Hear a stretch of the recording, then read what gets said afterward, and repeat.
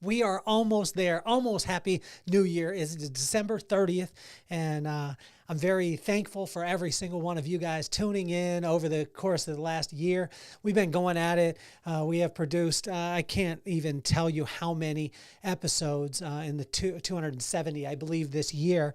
And a lot of them have been Inchstones. And I want to thank you guys for tuning in and being with me. And I was just with my son the other day with a guy named Coach Brady. And Coach Brady is a phenomenal quarterback coach. He coaches some of the people down at San Diego State, a bunch of college athletes, pro athletes, and even down to high school. And he's working with my son at 13 years old. And we walked out there, and Coach Brady, the first thing that he said, he was very strong with Maddox, and he said to him, you got to get excited about getting bored, about being bored. And I was like, wait, I know Coach Brady, and I know he's the best.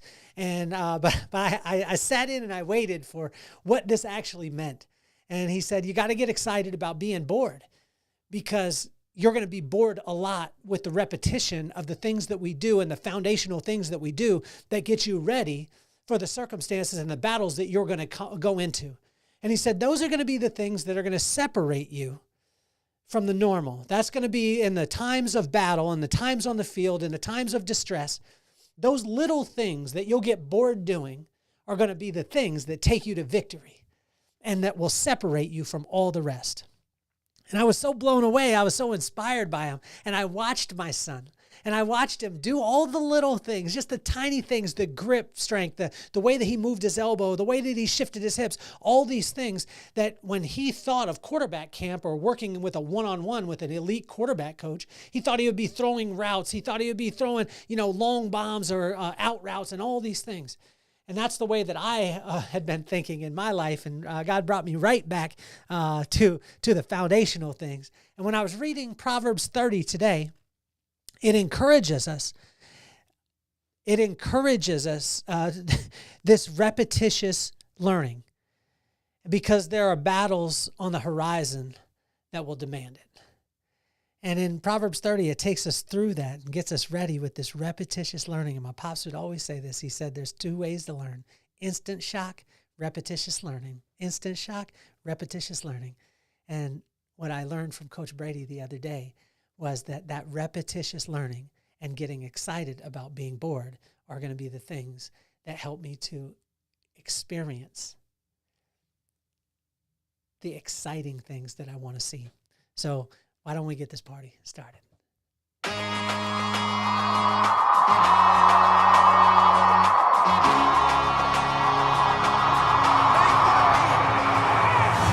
more on my mind. I got two shines, so every day I grind. Work in the morning, work in the evening. We's achieving, cause we believing. It's for certain, we put the work in.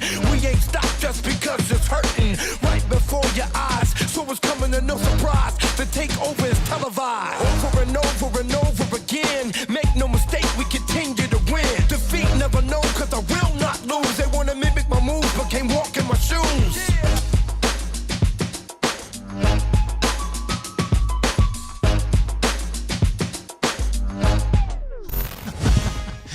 Happy almost New Year's. Happy New Year almost. I'm so excited to be back in the podcast room with you today, and to be here in the studio. And it's just been unbelievable. Been having so many great conversations. Also, too, every single one of you, if you're listening right now and you're not subscribed on Substack, check in the bio. Go ahead and do that. You get all the production notes. I'm actually doing a newsletter in my handwritten newsletter of wisdom and encouragement, and it's the production notes. So a lot of times we cover a ton of information.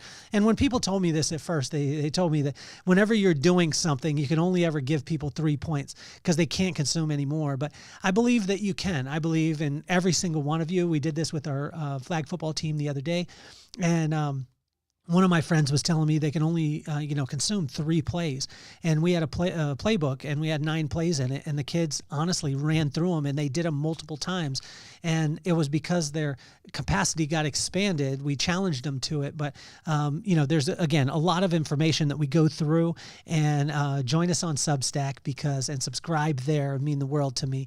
But my newsletter every single week is a handwritten note of wisdom and encouragement. So I would love for you guys to be there. This is another episode of Inchstones. If this is the first time you're turning into the podcast, we've got a couple different shows. We have an interview show where I interview some of the most iconic people in the world. They give advice to my kids by name. And we also have a show that is called You Have to Meet My Friends, where I go live and I call my friends randomly. They don't know they're on the podcast till they're on the podcast.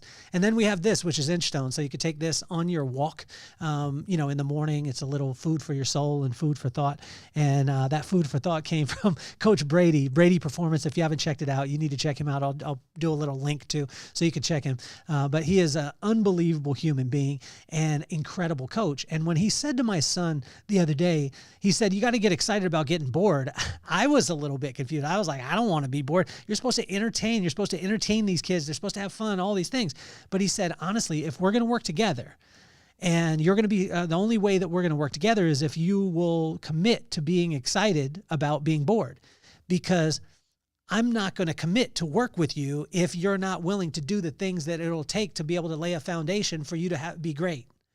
And so it was like, right off the bat, this, Coach says it to my son, and my son looks at him and he's like, "I'm in." And then I asked him afterwards, "Do you, is this the coach that you want to work?" He said, "Yes, absolutely. I want to work on those things." And it's incredible when we start to work on those things, but we have to have a little bit of a backstory with it. And, Proverbs 30 encourages this repetitious learning, because there are battles on the horizon that will demand it.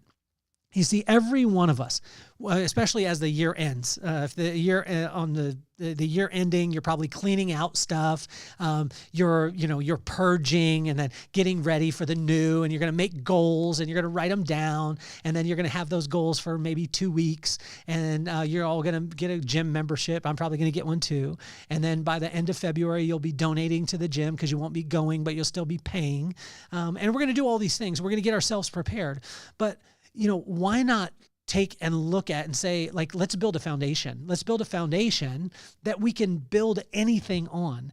And so, as I went through Proverbs 30 today, it was incredible, because it was a wealth of wisdom, although it wasn't the shiny things. So in verse 1 through 4, this is what I took from it. So I'll paraphrase the stuff, and, but I would encourage you to read Proverbs 30, read the corresponding proverb, corresponding day. You don't have to, like I'm, doing it here and, kind of giving a synopsis, but I would encourage you to read it yourself and to dive into it. You'll read the word, then the word will read you. It'll be amazing. So in verse 1 through 4, no matter who you are, you will weary at some point, and that is where muscle memory will kick in. See, this is what Coach Brady was talking about the other day. He was wanting my son to get to a point where his muscle memory of throwing the ball, gripping the ball, the way his hips were, the way his feet were, that when he got weary, which he would by the fourth quarter, the third quarter, the second quarter, depending on how the game is going, that your muscle memory would kick in.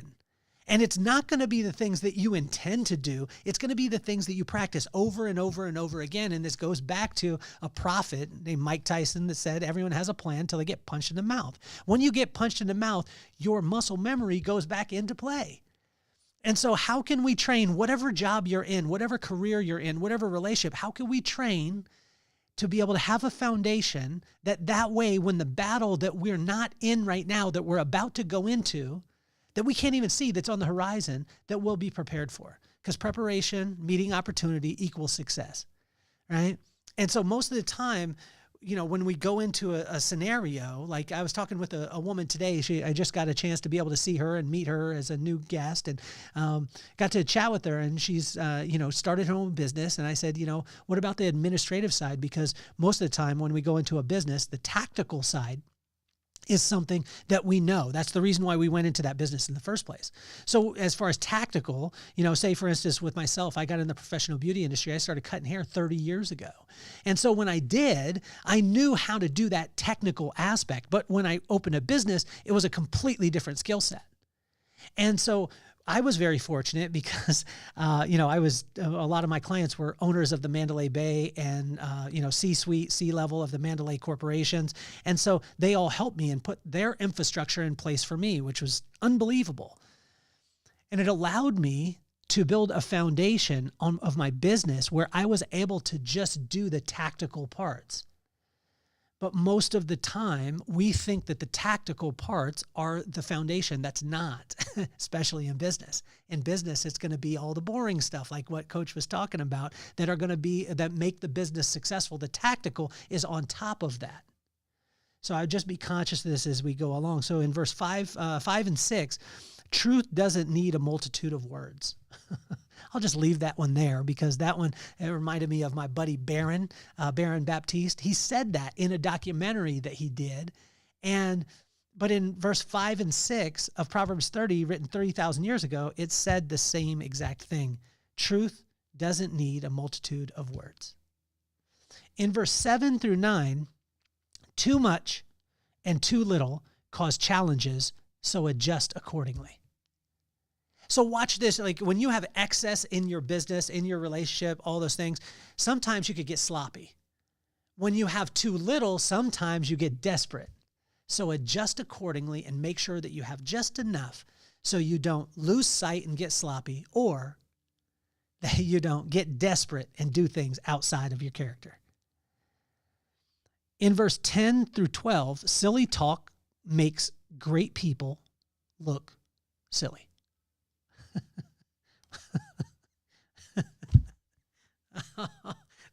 This one hurts, right? And silly talk makes great people look silly, and most of the time do silly things. So be conscious of this. Be conscious of the things that you say and the things that you say around people. It doesn't mean that you have to walk on eggshells, anything like that. But, gossiping about somebody, things like that, just silly things, saying silly things makes a great person look silly. And in verse 13, 14, and 17, what you see and say will greatly impact your outcome. So it's not just about what is in front of you. It's about your perspective, your vantage point. So your vantage point, your perspective will determine your perception.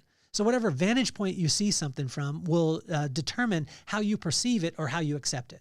How I see it will be how I accept it. So I could take the exact same thing. If you're watching on YouTube or you're watching on Spotify and you're watching a video, you see my microphone, but you see the back of my microphone, I see the front of my microphone. It's the same microphone. It's just two different vantage points. We accept it different based off of where we're standing.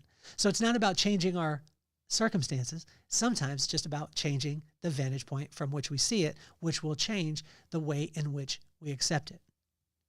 But what you see and what you say will greatly impact your outcome. Be conscious of your words. Speak life to everybody. Speak life to every single situation. And look at things through a lens that is the greatest possible scenario will come out of this particular situation. These hit me hard this morning. And in verse 15 and 16, contribute always. It works out. It always works out to contribute. Any environment, any person, contribute to them. That's actually true kindness. Kindness is from contribution. Being nice is out of obligation. So just be conscious of those things also. From verse 18 through 20, fly too high to be impacted, work your strengths, prepare for battle, and know your limits. Those ones, again, think of that. Fly too high to be impacted in your business, in your relationships, in your culture. Then when you're building a culture inside of your business, fly too high to be impacted. Be that person that when you come in, you're flying at such a level that you can't really be impacted. Work your strengths. Don't try and work somebody else's. Prepare for battle. Prepare for the things that haven't arose yet. Imagine if you're just a person starting off a business right now and you just have you right now. But someday it could grow to 2 or 3 or 4 or 5. What if you set yourself up for you having 16 locations when you only have 1? And if you never get there, it doesn't matter because you're prepared. But if you get there and you're not prepared, then guess what? You don't get the opportunity.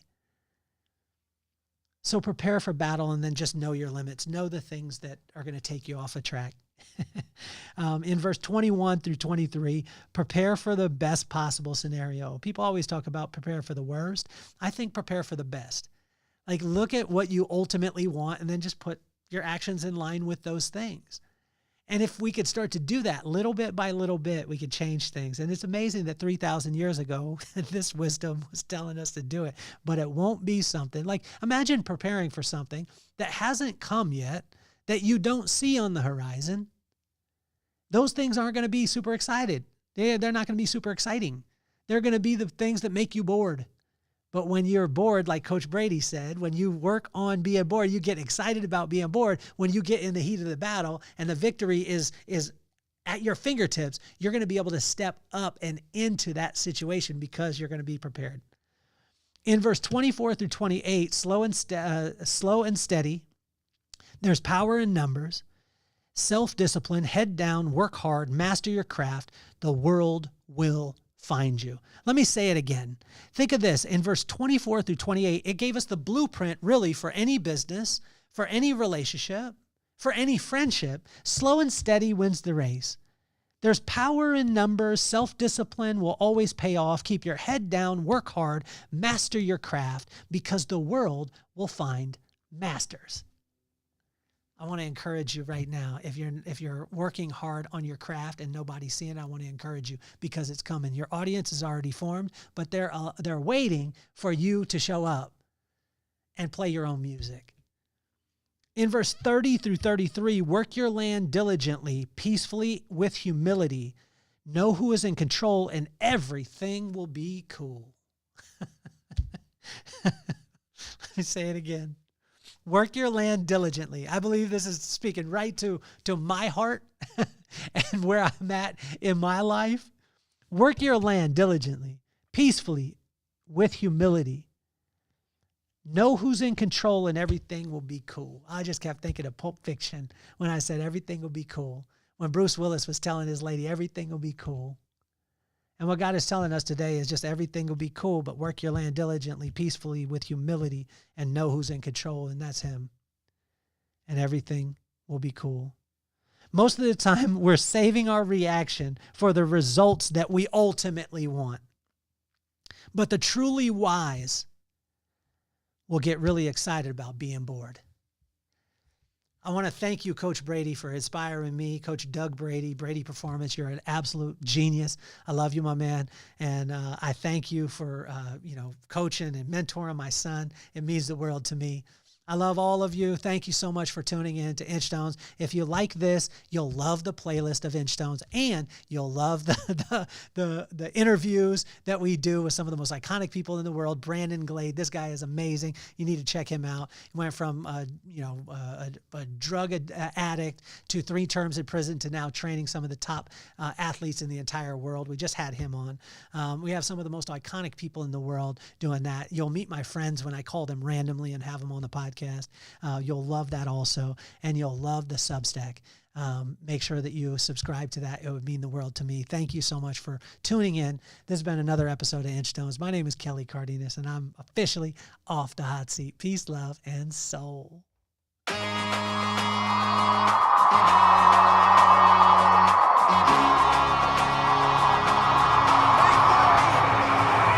Nothing more on my mind. I got to shine, so every day I grind. Work in the morning, work in the evening. We's achieving, cause we believing. It's for certain, we put the work in. We ain't stopped just because it's hurting. Right before your eyes, so it's coming to no surprise. The takeover is televised. Over and over and over again. Make no mistake, we continue to